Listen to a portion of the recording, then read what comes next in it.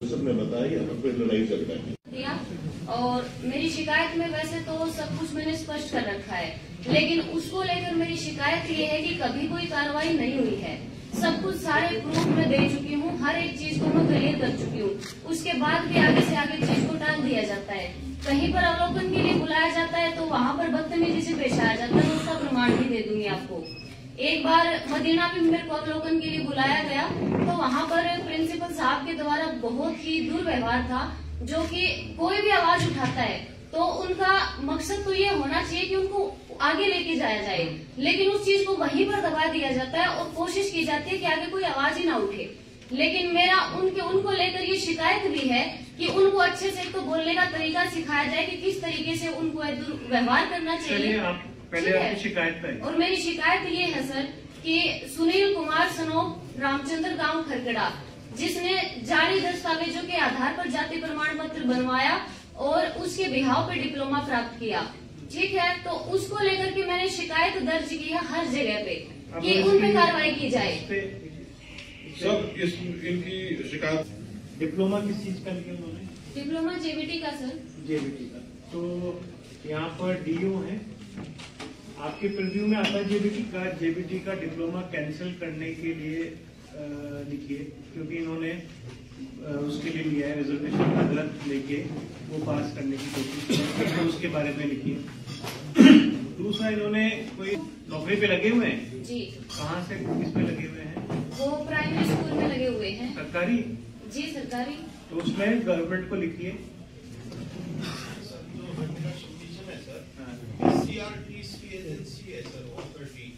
जिसपी है आप इसको, मैं इसको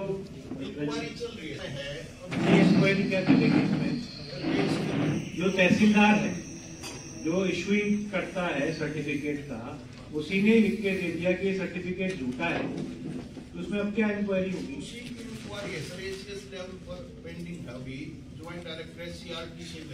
ठीक है, मेरा डीओ लेटर लिखवाइए, इसको पेंडिंग रखते हैं अगली मीटिंग तक, और इसको डीओ लेटर आप मेरे से लिखवाइए और इसकी मीटिंग के तुरंत बाद मेरे से आप अलग से डिस्कस कीजिए। सर एक सेकंड अभी आ चुका है सर, मैं आपको दिखा भी सकती हूँ, आप एक फाइल उनको दे दीजिए मैडम, हो सके तो। सारी चीजें मैंने उसमें लिख रखा है। दस्तावेजों के जमा करने को जवाब दिया गया था, टीएससी से ही किया गया है।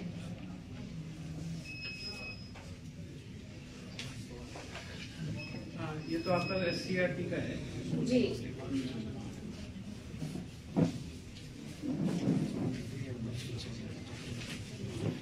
ड्यूटी मजिस्ट्रेट DDPO सर लगे हुए थे। गांव में अवैध कब्जे थे। शुरुआत में 7-8 मकान फाड़ दिए थे, 2 अवैध कब्जे थे सर। आगे जाके मजिस्ट्रेट साहब ने उनको एक जने को टाइम दे दिया। वो टाइम देने के बाद सारा माहौल खराब हो गया। आगे भी टाइम करके सर जहाँ भी काम चला हुआ है, 7 संलग्न फोटो साथ में ले आओ सर, वहाँ पे काम रुक गया। उन्होंने एक से टाइम दिया, मैंने हाथ जोड़ के कहा कि सर टाइम मत दो किसी को भी, जो उसको पाड़ दो। सर ने ऐसे किया जी, देखो ये वीडियो बना के ले रहा हूँ सर, साथ में वीडियो बनाई थी। और जो काम चला हुआ है PWD का, वहाँ पे उनका थोड़ा वो टड़ा डाल दिया था सर, उन्होंने वापिस ही कर लिया अभी सर ये वीडियो सर।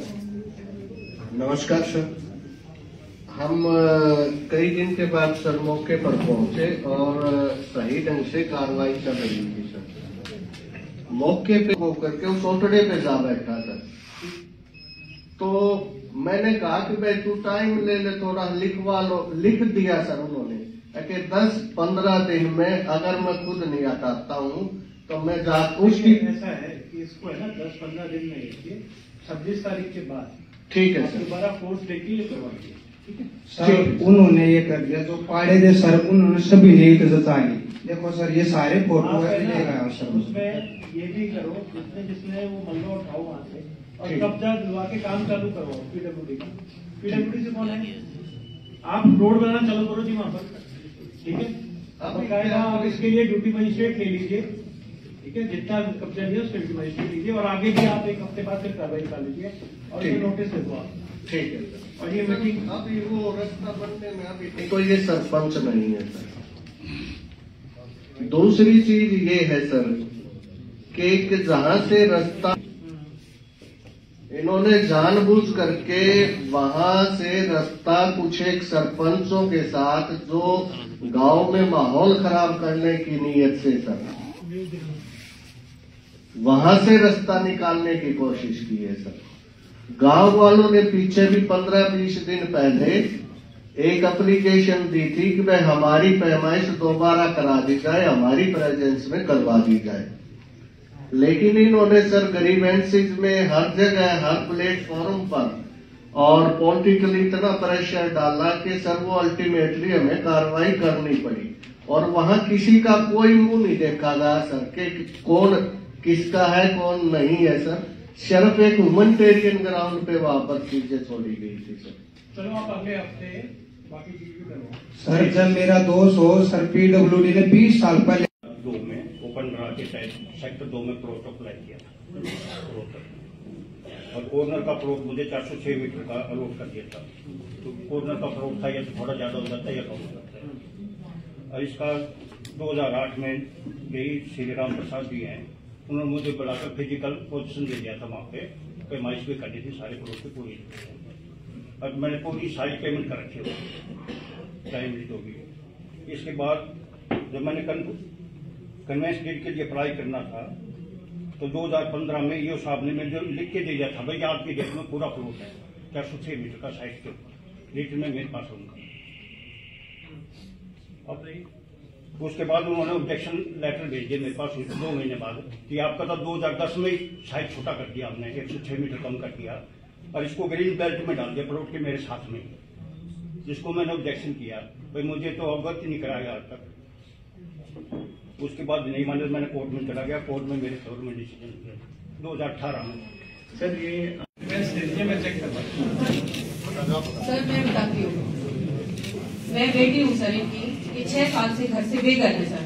इनके बेटे ने इनको घर से निकाल के और उसके खुद सिग्नेचर करके और लोन ले लिया सर। हम एसपी साहब से भी मिले थे सर, लोन के FSL से जांच होकर आ गई कि भाई फर्जी हस्ताक्षर कर रखी है। पहले तो सर पुलिस ने ये कहा कि जब FSL से जांच आ जाएगी हम तब एक्शन लेंगे। जब जांच होके आ गई सेशन कोर्ट ने जमानत रद्द कर दी क्योंकि बेनिफिशियरी जो है एसपी साहब ने ये कहा कि बेनिफिशियरी को उठाओ जिसके खाते में पैसे गए हैं 80 लाख, वो बताएगा किसने करे हैं जाली सिग्नेचर।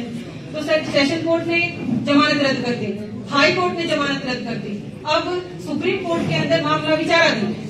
आईओ की हिम्मत देखिए सर, आईओ ने FIR कैंसिल कर दी। हमने पूछा क्यों करी कैंसिल, उन्होंने कहा कि जो LIC वाले बैंक वाले हैं उसने ये कह दिया कि माता जी ने सिग्नेचर मेरे सामने करे थे। अगर सामने करे थे तो फिर FSL में क्यों भेजी सर? 3.5 साल तक हमने उसकी वेट करी। FSL मधुबन की जांच रिपोर्ट को काटा मार रहे हैं वो, और वो उस चोर ही है सर वो, क्योंकि उसने मिली मदद करके तब लिया है लोन। जो LIC का है बैंक वाला वो खुद है सर। पहली बात तो जो प्रोटेस्टर है जी एक है जिस पे आपने आरोप लगा रहे हैं जी, FSL की जो रिपोर्ट आई है उसमें नेगेटिव नहीं आया है। आपकी माताजी के जो सैंपल साइन लिए गए हैं जी, जिनसे मिलान लेने के लिए साइन किए गए हैं और जो कोर्ट में लिए गए हैं जी, तीनों साइन ही अलग अलग करे गए हैं। माता जी के तो लिए स्पेशल ये लिखा गया है सर, साइन ये नहीं कहा है नेगेटिव रिपोर्ट FSL ने कहा है कि इन साइनों के बेसिस पे कोई निष्कर्ष नहीं निकाला जा सकता है। सर ये क्लियर लिखा है। सुनिए आप सुनिए, FSL ने किया है जब आपका भाई लोन लिया था तो भाई ने आपकी माताजी के नाम से फर्जी लोन नहीं लिया हुआ है, भाई ने अपने ही डॉक्यूमेंट्स पे अपने लिए लोन ले रहा है और वो उसकी किस्तें भी रेगुलर भर रहा है और बैंक अधिकारियों के इसमें बयान भी लिए गए हैं और उसमें जो सिग्नेचर है आपकी जो मदर है वो कोलेट्रल के रूप में उनकी है और उस टाइम पे जब लोन लिया गया है आपका भाई आपकी मदर के साथ रहता था। अब आपका भाई अपनी मदद छोड़ के आपके साथ रहने लग गया तो आप उस प्रॉपर्टी को हथियाना चाहती हैं। तो आप गलत तथ्यों को पेश करके जीत के बोलेंगे तो सही नहीं हो जाते। आपको जो भी देना है पूरी विस्तृत जांच रिपोर्ट पढ़ के हमने कोर्ट में सबमिट करी है। आप कोर्ट में आप नेगेटिव बताइए पूरा। सर मेरी बात सुनिए एक बार, मैं बताती हूँ। माता जी उस टाइम पर नहीं थी सर घर पर। दूसरी बात सर FSL के रिपोर्ट के लिए आया है। आपने अपनी बात दी थी, मैं इसको चेक करवा लेता हूँ। सर एक बार हमारी बात ऐसा है यहाँ पर एकदम से ऑर्डर नहीं हो सकता सर। FSL में ये सुन लो आप मेरी बात, ना मेरे को बिना पढ़े बिना देखे मैं ऑर्डर नहीं करता। मैं आपकी बात छोटा सा सुन ली, मैं इसको चेक करवाऊंगा, आपको बकायदा बुलाऊंगा। कुछ हो रहा है, आप ये और ले लीजिए। मैं आपको डॉक्यूमेंट जो है आप बाकी जो डॉक्यूमेंट देना चाहते हैं दे दीजिए। स्टैपल कर दीजिए मेरे पास। हाँ बेटा। सर एक बात हो सर प्लीज एक बात सर, FSL में ये क्लियर लिखा हुआ है कि भाई मैं ऐसा है, वो फ्लुएंटली सुनो नहीं ऐसा सकती। आप ऐसा है मैडम, आपने अपनी शिकायत दी, मैं पूरा चेक करूंगा, फिर आपको बुलाऊंगा। मैं फोन पे नहीं, यहाँ पर आपके ऐसी से आपके कहने पे नहीं मानूंगा। आप हमें दोबारा बुलाएंगे ना सर? बिल्कुल बुलाएंगे। यहाँ पर लेने का सुन लीजिए सारे, यहाँ पर जी जितने भी यहाँ पर लोग खड़े हैं, आपका जो भी ग्रीवेंस है आप अपना ग्रीवेंस दे दीजिए, 2 मिनट अपनी बात बता दीजिए, संबंधित अधिकारी या डिपार्टमेंट है उनको हम बता देंगे, अपनी तरफ उनकी तरफ से रिपोर्ट आ जाएगी, आपको भी बाकायदा बुला के हम एक IO या सीनियर ऑफिसर हम डेडिकेट करेंगे जो कि पूरा सुनेगा, ठीक है। और अगर मामला कोर्ट में है तो कोर्ट के हिसाब से हम सेट करेंगे, ठीक है।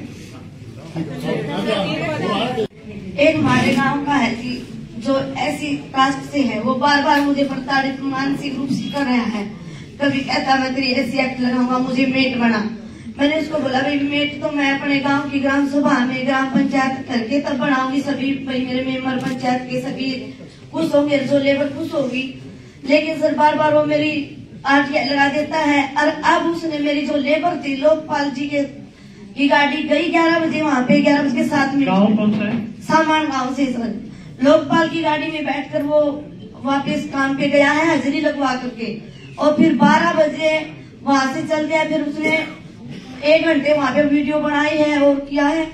और फिर जो मेरी लेबर थी उनको भी उसने मतलब मैं चेक करवा दूंगा। हाँ जी सर, और ऐसे एक्ट की। और अब ये होता है सर, एक पॉइंट सर, अरे आपको बुलाएंगे, आपको ये दोनों जो ग्रीवेंस हैं ये CM विंडो जो कि अभी तक डिपार्टमेंट ने रिजॉल्व नहीं की, और ये कई समय से पेंडिंग पड़ी हुई। और अभी हाल ही में CM साहब ने एक मीटिंग ली जिसमें उन्होंने डायरेक्शन दी है कि कोई भी ग्रीवेंसेस जो 23 से पहले की हो वो सारी रिजॉल्व करनी है। तो इसके अंदर अगर नोट कर ले, जितनी आज ड्रॉप हो रही है उसके बाद जो भी ग्रीवेंसेस होंगी वो ऑटोमेटिकली जो आपकी CM विंडो है वो उठ के आएगी जो कि पेंडिंग चल रही है।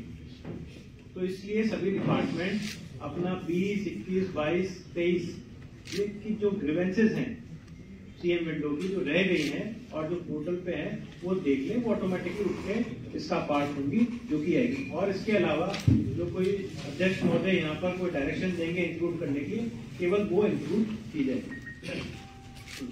फिर उसके बाद 30 दिसंबर को अड़ोस पड़ोस के उनको मैंने बुलाया था, तो उन्होंने सब ने बताया